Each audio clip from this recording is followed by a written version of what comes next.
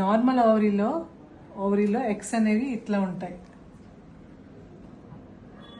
Right ovary left ovary. అదే ఐయుఐకి stimulate చేసాం అనుకోండి, ఐయుఐలో ఎగ్ పెరగడానికి, సింగిల్ ఎగ్ పెరగడానికే టార్గెట్ చేస్తాము, తక్కువ డోస్ మందులు ఇస్తాము. ఎందుకంటే ఒక్క ఎగ్ మాత్రమే పెరగాలి, అది ఇంటర్నల్గా జరుగుతుంది కాబట్టి.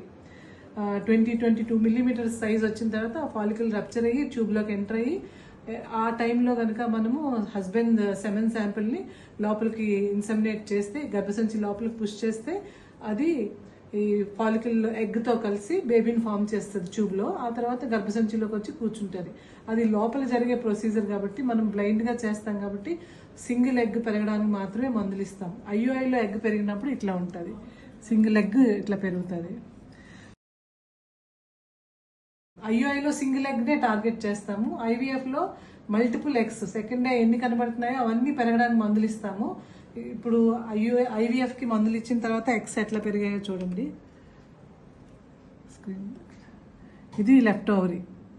ఫాలికల్స్ అన్నీ డే 2లో మెన్సెస్ అయిన సెకండ్ డేకి చిన్నగా ఉండే ఫాలికల్స్ అన్నీ ఇట్లా పెద్దగా పెరుగుతాయి.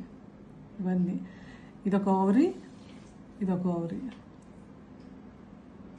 సో ఐవీఎఫ్లో మనం ఎక్కువ డోస్ మందులు ఇస్తాం కాబట్టి సెకండ్ డే మనం మెన్సెస్ అయిన సెకండ్ డే స్కాన్ చేసినప్పుడు ఎన్నైతే ఫాలికల్స్ కనబడుతున్నాయో మ్యాక్సిమం అవన్నీ పెరగడానికి మందులు ఇస్తాం కాబట్టి రెండు వైపులా ఓవరీలు దాదాపు 10 డోసెస్ ఇంజెక్షన్స్ వెళ్ళిన తర్వాత ఇలా పెద్ద ఫాలికల్స్ అవుతాయి. వీటిని ఇప్పుడు మనం నెక్స్ట్ మత్తు ఇచ్చి ఆ ఫాలికల్స్ అన్నిటిని, ఎగ్స్ అన్నిటిని బయటికి డ్రా చేస్తాము. హస్బెండ్ స్పర్మ్తో కలిపి బేబీస్ని బయటే ఫామ్ చేస్తాం. Thank you.